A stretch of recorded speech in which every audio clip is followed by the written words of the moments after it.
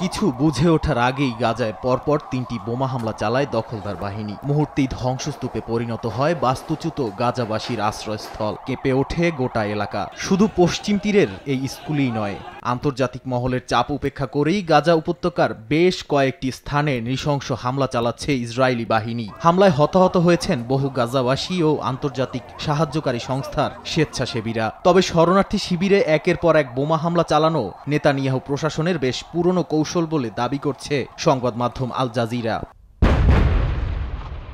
যদিও থেমে নেই ফিলিস্তিনের স্বাধীনতাকামী সশস্ত্র গোষ্ঠী হামাস।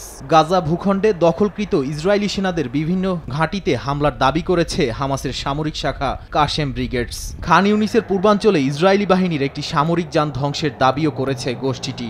এছাড়া সীমান্তবর্তী রাফা শহরে পাল্টাপাল্টি বন্দুকযুদ্ধ হয়েছে। এতে নেতানিয়াহু সেনাদের বেশ কয়েকটি যানবাহন লক্ষ্য করে হামলা চালানো হয়। এ সময় একজন ইসরায়েলি সেনা নিহত হয়েছে বলে জানা যায়।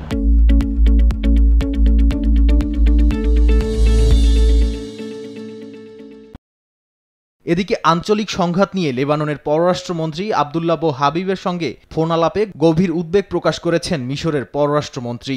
এ সময় ইসরায়েলি বাহিনীর হামলা ঠেকাতে যে কোনো পরিস্থিতিতে লেবাননের পাশে থাকার প্রতিশ্রুতি দেন তিনি। অন্যদিকে ইয়েমেনের হাউথি বিদ্রোহীদের ক্ষেপণাস্ত্র ঘাঁটিতে হামলার দাবি করেছে যুক্তরাষ্ট্রের সেন্ট্রাল কমান্ড। আন্তর্জাতিক জলসীমায় পশ্চিমাদের বাণিজ্যিক জাহাজ রক্ষায় এমন পদক্ষেপ বলে জানানো হয়। নাদিম মারজান, সময় সংবাদ।